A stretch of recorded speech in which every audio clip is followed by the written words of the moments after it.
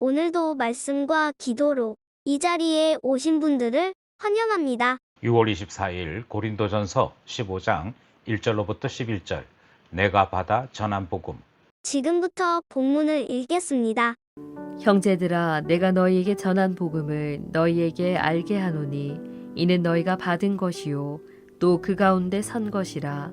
너희가 만일 내가 전한 그 말을 굳게 지키고 헛되이 믿지 아니하였으면 그로 말미암아 구원을 받으리라. 내가 받은 것을 먼저 너희에게 전하였노니 이는 성경대로 그리스도께서 우리 죄를 위하여 죽으시고 장사 지낸 바 되셨다가 성경대로 사흘 만에 다시 살아나사 게바에게 보이시고 후에 12 제자에게와 그 후에 500여 형제에게 일시에 보이셨나니 그 중에 지금까지 대다수는 살아있고 어떤 사람은 잠들었으며 그 후에 야고보에게 보이셨으며 그 후에 모든 사도에게와 맨 나중에 만삭되지 못하여 난 자 같은 내게도 보이셨느니라. 나는 사도 중에 가장 작은 자라. 나는 하나님의 교회를 박해하였으므로 사도라 칭함받기를 감당하지 못할 자니라. 그러나 내가 나 된 것은 하나님의 은혜로 된 것이니 내게 주신 그의 은혜가 헛되지 아니하여 내가 모든 사도보다 더 많이 수고하였으나 내가 한 것이 아니요 오직 나와 함께 하신 하나님의 은혜로라. 그러므로 나나 그들이나 이같이 전파하매 너희도 이같이 믿었느니라. 본문 해석입니다. 고린도전서 15장은 흔히 부활장으로 불려집니다. 고린도 교회 안에 죽은 자의 부활이 없다라고 말하는 사람들이 있었고 그것에 대한 답변이 고린도전서 15장인 것이지요. 집이 흔들리면 집을 바로 세우기 위해 그 집이 딛고 서 있는 터부터 살펴보는 것이 옳을 것입니다. 오늘 본문이야말로 바로 그 터에 해당되는 복음에 대한 말씀입니다. 바울은 이 복음을 자기가 지어낸 것이 아니라 받아서 전한 것이라고 거듭 강조합니다. 복음은 누군가의 영감이나 사상이 아니라 주님께로부터 받아 사도들에게서 또 사도들에게서 교회로 전수되고 전달된 객관적인 사실인 것이죠. 그리스도께서 우리 죄를 위하여 죽으시고 장사되시고 사흘 만에 다시 살아나시고 많은 증인에게 나타나셨다는 것이 우리가 전하는 단순하고도 분명한 복음의 핵심이기 때문입니다. 본문 안으로 들어가 보겠습니다. 첫 번째 문단은 1절 2절입니다. 우리가 받아 그 위에 선 복음. 본문의 내용은 이렇습니다. 바울은 내가 너희에게 전한 복음을 너희에게 알게 하노라 이렇게 말함으로 오늘 본문을 시작합니다. 그리고는 이 복음에 대하여 네 가지를 잇따라 전달합니다. 너희가 받은 것이요 너희 가운데 선 것이요 그로 말미암아 구원을 받은 것이요 그러므로 굳게 지켜야 할 것 이렇게 네 가지지요. 그렇지 않으면 헛되이 믿는 것이 되고 만다 하는 설명까지 덧붙이는 것이 첫 번째 단원의 내용이 됩니다. 여기서 우리는 복음을 묘사하는 동사들을 가만히 따라가 봐야 합니다. 받았고 서 있고 구원받고 지킨다. 이 네 단어가 신앙의 모습을 우리에게 그려주지요. 먼저 복음은 받는 것입니다. 내가 만들어낸 것이 아니라 누군가에게서 건네받은 것이지요. 그리고 그 받은 복음 위에 서 있는 것입니다. 여기에 섰다 하는 말은 잠깐 서 있는 것을 이야기하는 것이 아니라 뿌리를 내리고 굳게 그 위에 버티고 서 있는 상태를 말합니다. 복음은 우리가 올라서서 흔들리지 않는 반석 같은 것이지. 그런데 바울은 구원을 받았느니라 할 때 현재형을 씁니다. 이 말은 구원을 과거 한순간에 끝난 사건으로 말하지 않는다는 것입니다.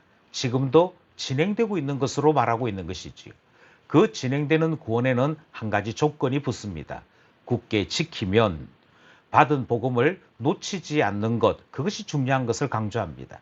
씨를 받았어도 흙이 얇으면 뿌리 내리지 못하고 말라버리듯이 복음을 받았다 할지라도 붙들지 않으면 헛되이 믿는 것이 되고 마는 것이지요.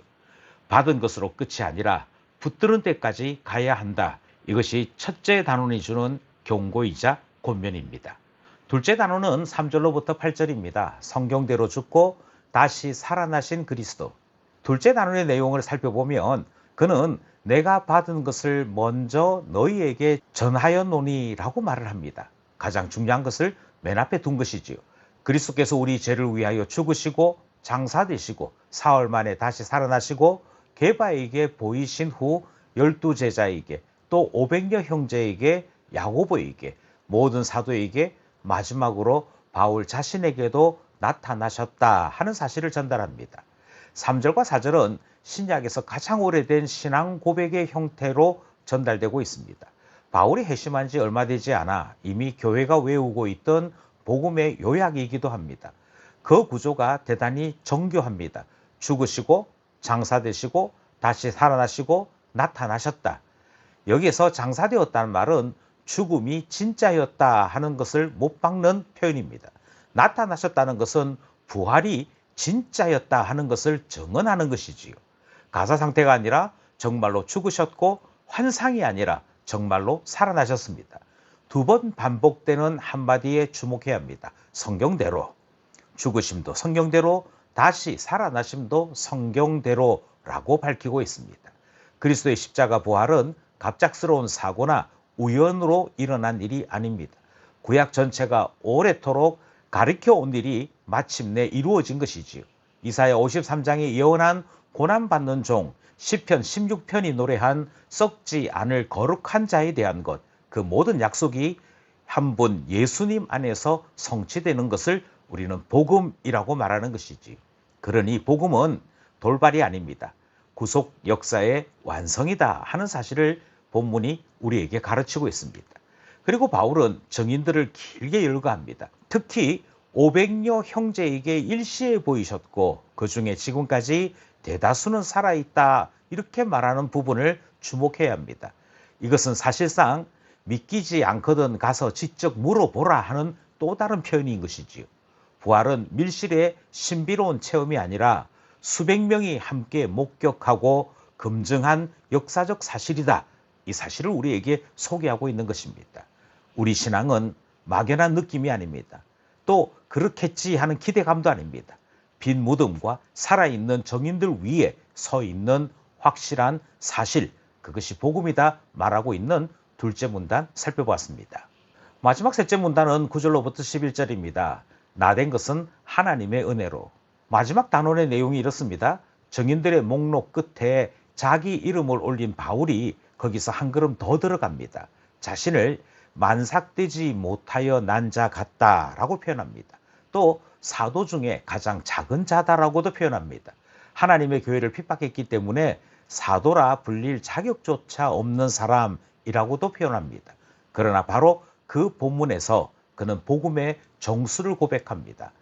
내가 나된 것은 하나님의 은혜로 된 것이니, 그리고 자신이 누구보다도 많이 수고했지만 그것조차도 자기가 한 것이 아니라 함께 하신 하나님의 은혜였다 하는 고백을 셋째 문단이 전달하고 있습니다. 바울이 자기 자신을 가리켜 만삭되지 못하여 난 자라고 표현한 것은 충격적입니다. 원래 유산이나 달을 못 채우고 나온 아이를 가리키는, 그래서 비하에 가까운 표현인데 자기 자신에 대한 표현으로 사용한 것이지요.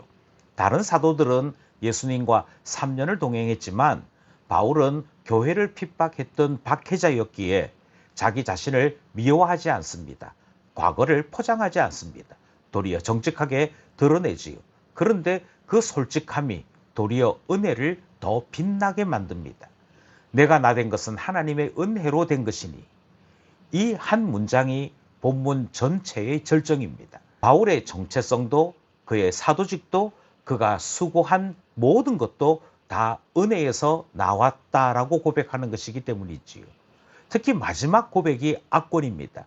내가 모든 사도보다 더 많이 수고하였으나 내가 아니요 오직 나와 함께 하신 하나님의 은혜로라. 박해자를 사도로 바꾸신 은혜가 헛되지 않아 그 은혜가 그를 일하게 했다라고 표현하는 것에서 우리는 참 복음을 아는 자의 겸손한 마음을 읽게 되는 것이지요. 그리고 11절이 첫째 단원으로 되돌아가 본문을 닫습니다. 그러므로 나나 그들이나 이같이 전파하매 너희도 이같이 믿었느니라. 베드로가 전한 복음이나 다른 사도들이 전한 복음이나 박해자였던 바울이 전한 복음이 모두 하나입니다. 전한 사람은 달라도 전해진 복음은 같습니다. 그 한 복음을 고린도 교회도 받아서 믿고 전하는 이 일을 해야 하는 것이지요. 전한 복음, 그것이 우리를 하나로 묶는다. 이 사실까지 우리에게 권면하는 마지막 문단 살펴보았습니다. 오늘 본문 말씀을 통해 세 가지 사실을 기억하고 또 적용했으면 좋겠습니다. 첫 번째, 복음은 내 느낌이나 나의 감정이 아니라 역사적 사실에 서 있다 하는 사실이지요. 그리스도께서 정말로 죽으시고 정말로 살아나셨고 그것이 우리 믿음의 토대가 된다. 이 사실을 우리는 본문을 통해 배우는 것이지요. 두 번째로 내가 나 된 것은 하나님의 은혜임을 고백해야 할 것입니다. 자랑할 공로도 주저앉을 과거도 없습니다. 박해자를 사도로 세우신 그 은혜가 오늘 나를 붙들고 나를 살게 하는 힘이 되기 때문이지요. 마지막으로 받은 복음을 움켜쥐고 끝낼 것이 아니라 전하라 하시는 말씀 들었습니다. 모든 복음이 그렇습니다. 전해 받고 그 위에 서고 전해져야 되는 것. 그러므로 이 말씀을 따라 오늘 내가 전해야 될 복음의 대상자는 누구인지 하나님 앞에 기도함으로 나가야 되지 않겠습니까? 오늘 우리에게 주신 말씀은 여기까지입니다. 오늘도 말씀을 묵상하는 가운데 말씀을 따라 부활의 사람으로, 복음의 사람으로, 복음을 전하는 사람으로 세워지는 우리 모두 되기를 간절히 소원합니다.